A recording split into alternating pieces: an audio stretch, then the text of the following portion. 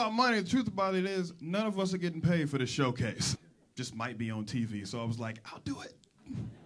This is a weird show because like when they got the emails, like, you know, you got to talk about finances, you got to talk about money, and all of us don't have a whole lot of material on money. So some of these jokes I tell tonight, I wrote coming over here in my Hyundai Sonata. So if they don't work, I'm just going to scream, money, at the end of it. So I can still meet the criteria. Money! Come on, zoom in on my face, come on. Got this? I'm crushing PBS up here. PBS don't know what hit them. Everything is so expensive. You gotta make money in this economy. You gotta make money. My grandmother is in a nursing home down in Chesapeake, Virginia. It's $4,000 a month for her to stay there. I can't afford to keep her there. So I was trying to think of a place where she could be cared for that wasn't so expensive. And I remembered my grandmother ran a house cleaning service for 25 years. And she never paid taxes on the money that she earned. So I called up the IRS.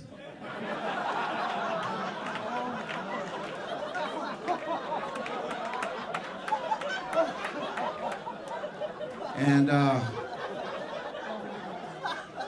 I reported her for income tax evasion. And then I called her up, I said, Grandma, I found another place where you're gonna be staying.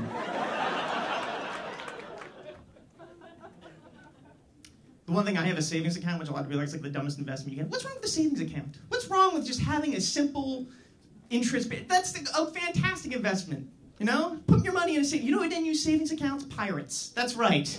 Pirates did not use savings accounts. And what's not around anymore? Pirates. Why? Because pirates put their money in the ground. You know what's a terrible store of wealth? Grog and wenches. That's right. Pirates are no longer on this earth because they never let the magic of compound interest go to work for them. So, I became a landlord last summer.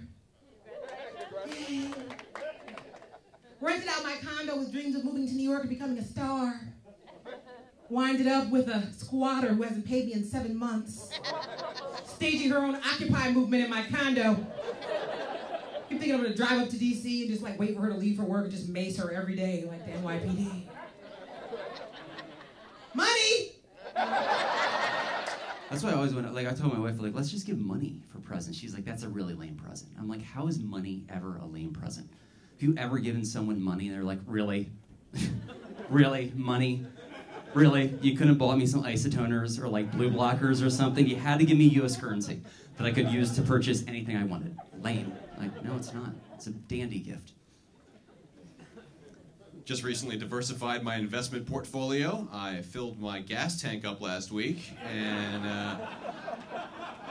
that has already appreciated 40 cents a gallon.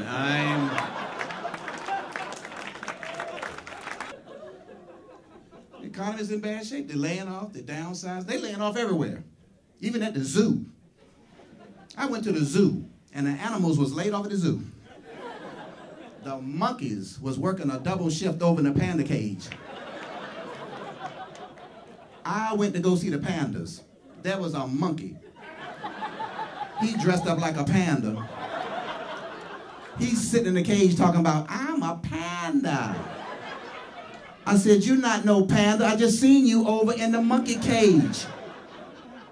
He was like, look, we had a lot of layoffs. I had to pick up an extra shift. Just take the picture and move on.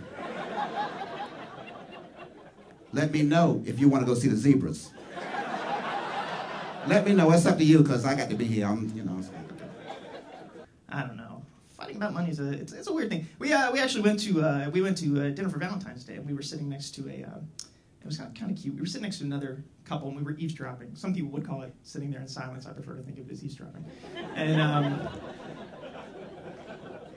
And we're listening to the couple next to us, and I guess it was a relatively new couple, because they're having like their little cutesy Valentine's Day conversation, and the guy says to the girl, like, I would not trade you for all the money in the world. And my wife was like, that's adorable. And I was like, all the money?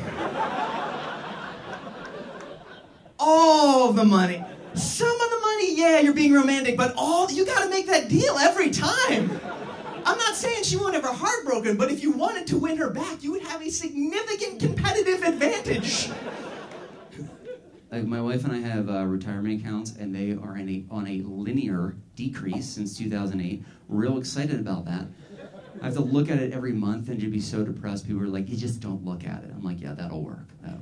It'll just bounce right back if you don't look at it.